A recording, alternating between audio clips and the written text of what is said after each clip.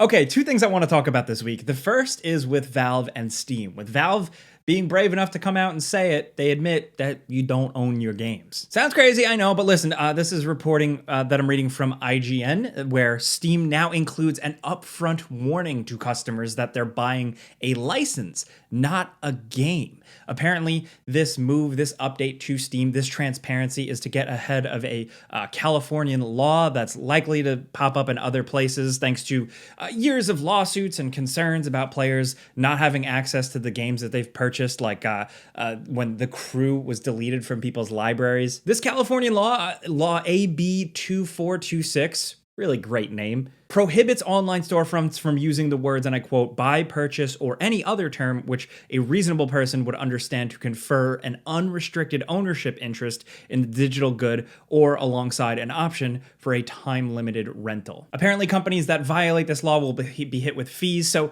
I'd say this is a pretty straightforward thing, and I'd expect to see it pop up elsewhere. You know, we've talked about it already happening in Europe, with some courts looking into stuff like this, and now with Steam stating it in plain language at the checkout stage when you're on Steam is pretty interesting. Number one, like obviously, I think it's good. I think consumer transparency is good. I think there's always more work to be done in the world of video games in terms of consumer rights more than anything, and I think this is a good step. But of course, it's a good step, but it's still not like a great, it sucks that you just own a license for a digital thing. So that leads me to be like, why is it like this? I'm not a lawyer. I'm not super smart with this type of thing. And I guess with digital things, ownership, licensing makes more sense from the corporation standpoint. But like, I don't know. I just look at things and like, maybe I'm getting a little existential, but I'm like, how did we get here with this? You can argue that like newer, younger audiences, like they don't care. People are used to streaming things on Netflix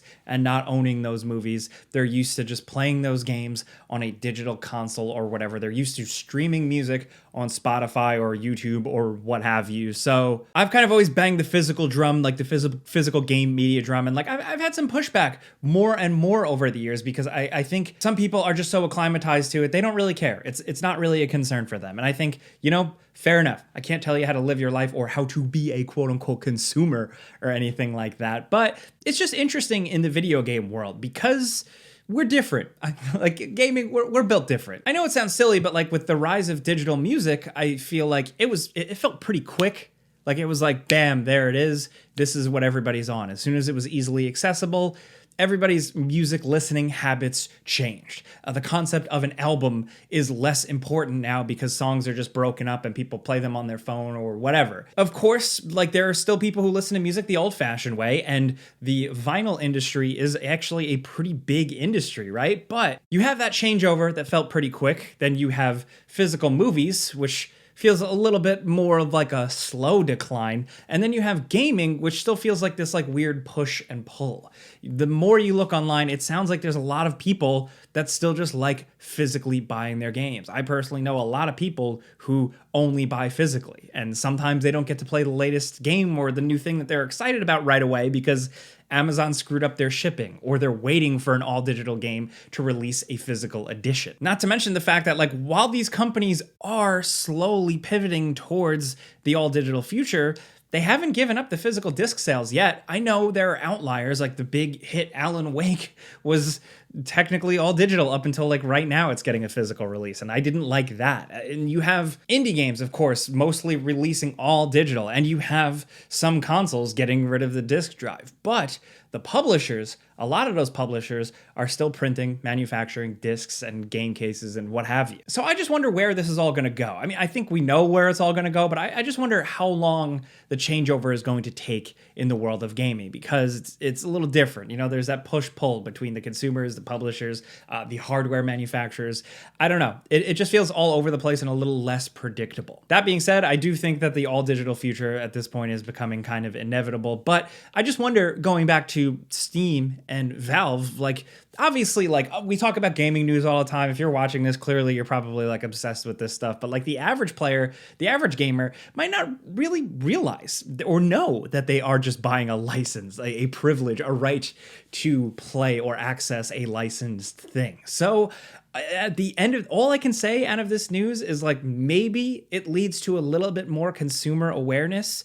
If some player goes to purchase something and a pop-up says, hey, you don't actually own this Fortnite skin, or you don't actually own this game. You're just kind of like paying money to rent or license usage or access to this thing. So again, we know this type of thing. We know how this world kind of works, but for the massive amount of casual gamers, the millions, maybe this will help a little bit in terms of awareness, consumer awareness, and I think that's a win at least. Also, just shout out good guy Steam, good Valve once again, making the right move, kind of being ahead of the game. Also in the news, if we are talking about Valve, this doesn't count as my second story, but the new Steam Deck or whatever they're doing next has kind of been acknowledged. If you caught this, the Steam Deck finally launched in Australia. I am so sorry it took so long for you guys. That must have sucked. But some Valve folks did an interview with Press Start in Australia, and when asked about the next generation of hardware, Lawrence Yang, a designer, great guy, said, "We're working on future generations of this. Steam Deck is kind of the culmination of everything we learned making hardware up to that point with Steam controllers, Steam machines, Valve Index, and Steam Link. And so we took all of those things that we learned and said, okay, here's Steam Deck as one package. And in the same token, we're going to take the new learnings we have had from Steam Deck and move it forward to the new future hardware as well. So we have things that we're not talking about today." They've been candid about like the fact that like there is going to be a future for Steam Deck. We know this, but I'm glad to hear a little bit more confirmation of that now and how they're thinking about it and how they're approaching it, because when the Steam Deck launched, the market was very small. And ever since the Steam Deck, things have gotten really, really busy. The Asus ROG Ally, the Roger Ally, a lot of people have been using that device. Lenovo has theirs, Aya Neo, and like they've been making a lot of moves. There's quite a bit out there. There's a lot of choice. There's a lot of different ways people access their games PC in a handheld fashion. And I think that's been rapidly evolving. So now I think Valve's in an interesting spot where they have some competition. Personally, I still prefer the Steam Deck the most.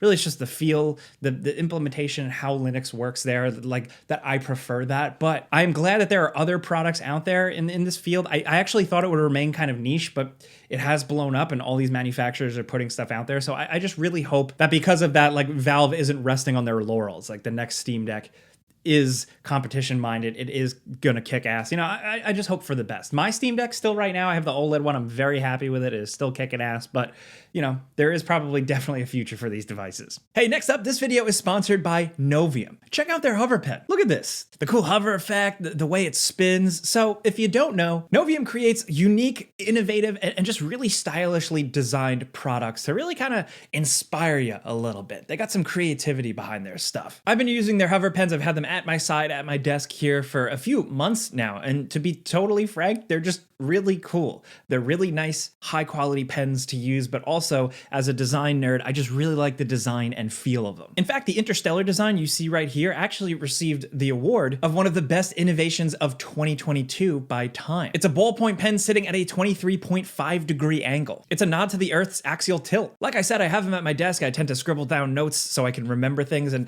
it just feels like it's something that should be sitting on the desk of like the captain's desk in the Normandy or something from Mass Effect. I also have the Hover Pen Future Edition in Frost Silver. This kind of just makes me feel like a cyberpunk corpo or something, but it is super quality. Look at this. They're refillable, so you slap fresh ink in there, which I really like, and they just make for a really, really compelling gift. I mean, like here, I'm putting it back in the box. Like, look at this presentation here. It makes sense with the holidays right around the corner. So, yes, you can argue it is just a pen, but with the design and feel like this, there's some thought put into it. So if you want to check out these cool hover pens that I've been enjoying, you can enjoy 10% off plus free shipping in most countries when you click the link in the description down below and use my code ONJAKE. There's also going to be some QR codes here for easy access if you want, but again, just click the link in the description down below and use code ONJAKE for 10% off all hover pens, and big thanks to Novium for sponsoring this video. Now, this other bit of news this week might come as either a complete surprise to you or something you saw coming. The new Dragon Ball game, Dragonball Sparking 0, has sold 3 million units in 24 hours. That is absolutely massive. It seems like it's tracking to be like one of Bandai Namco's like fastest selling games. And yeah, it's very interesting to dig into because there's a lot of obvious stuff to it, but also a little bit of like a bigger picture thing I want to get into. The obvious thing is that people have been waiting for like a real genuine Tenkaichi style game, like a Budokai Tenkaichi game for a long time. The last game in this subgenre of Dragon Ball games was what, 2007, Budokai Tenkaichi 3? So, damn. I think the thing is really here, nostalgia sells. And people were really dying for this type of fun, simple, arcadey brawler play with your friends style Dragon Ball game. Not too much to think about. I mean, the mechanics actually get surprisingly complex, but like, just a regular old brawler fun Dragon Ball time. Also, I've seen a lot of people bring this up, like this isn't me, but like there is the conversation around Akira Toriyama and his passing and how that has garnered a lot of like renewed interest in Dragon Ball Z, what have you. A lot of people revisiting the franchise. I think I saw some data point at some point that like Crunchyroll subscriptions were up to access old Dragon Ball stuff. So there is a renewed interest in some way. So for me, I did kick back this weekend and play a little bit of it. I will be totally upfront and transparent. I personally don't have a lot of nostalgia for these style of games. I really was into like the original Budokai. I like the newer fighters, but I was also super into Legacy of Goku on Game Boy Advance back in the day. That's a bit of a throwback, but I have played a lot of the, like pretty much all of the new modern Dragon Ball games, the Xenoverse games, Kakarot, all that stuff. And, in a lot of ways, besides the core gameplay and how it feels, this new Sparking Zero does feel like a lot of what they've been doing, just retreading and once again showing those stories. You face off against Raditz,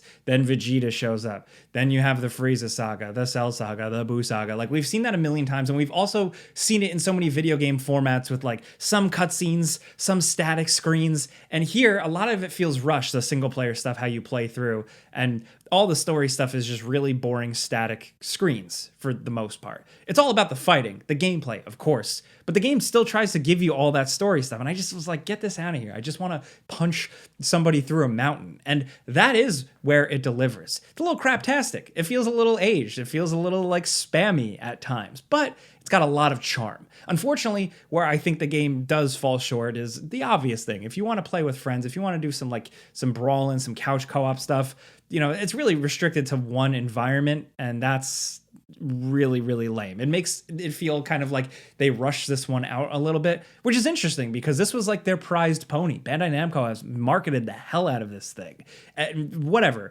It does succeed in having so many cool players, so much representation. I really like that they have weird offshoots and different skins and stuff like that. Stuff where like I'm rusty on a lot of Dragon Ball stuff. I loved it as a kid, but like I'm fuzzy with some of these characters. So to see them kind of get reminded of them, fall back into that, felt really good. They even have like the alternate future Gohan, like with the one arm and the cool scar.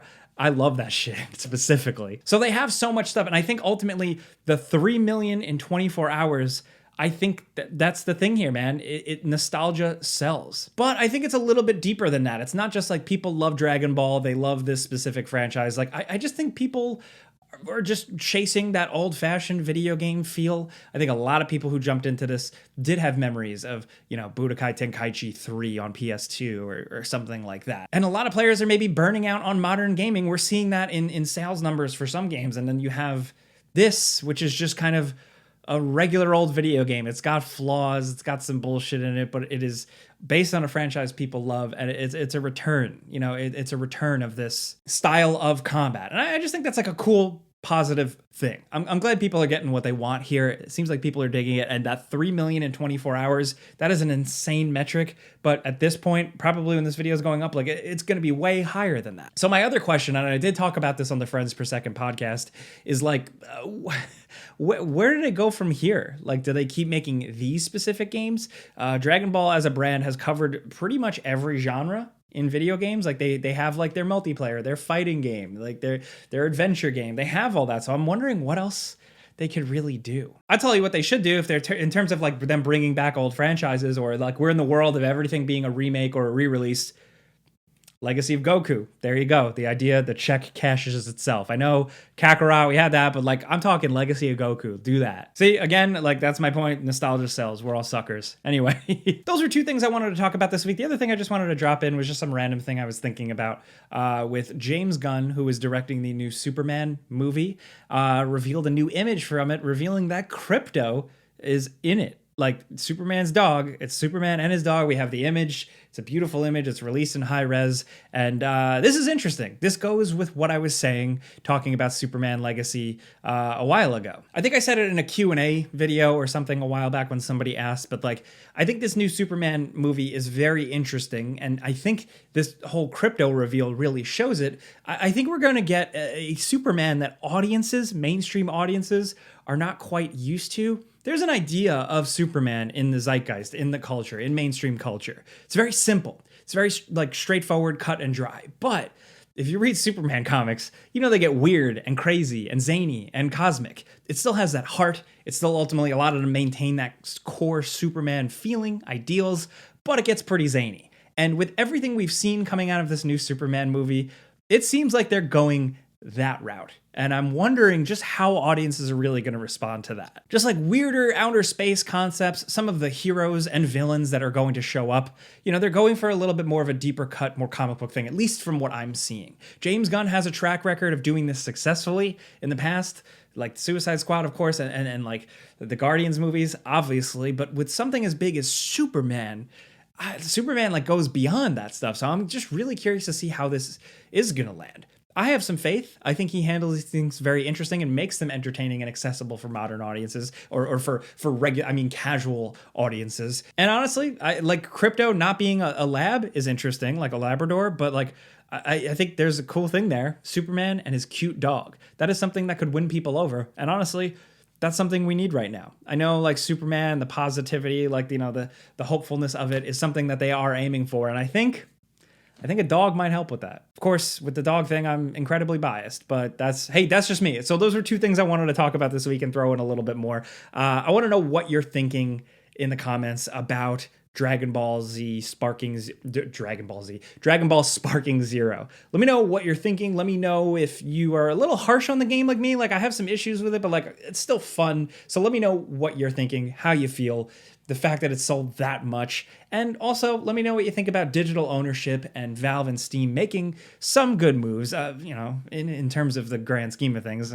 Let me know what you think about any of this stuff. If you like what I'm doing here, though, every week I'm just coming around on Wednesdays to just talk about some news stories, like 2 news stories I find interesting. On Game Ranks on the Friday show, I'll talk about all the news. Here, I just like to dive into some topics, some stuff I like, some stuff I want to like dive deeper into. So yeah, if you got that, clicking the like button helps me. Thank you. But I'll see you in other videos around here. And on Game Ranks, I'm Jake Baldino. Subscribe because video games.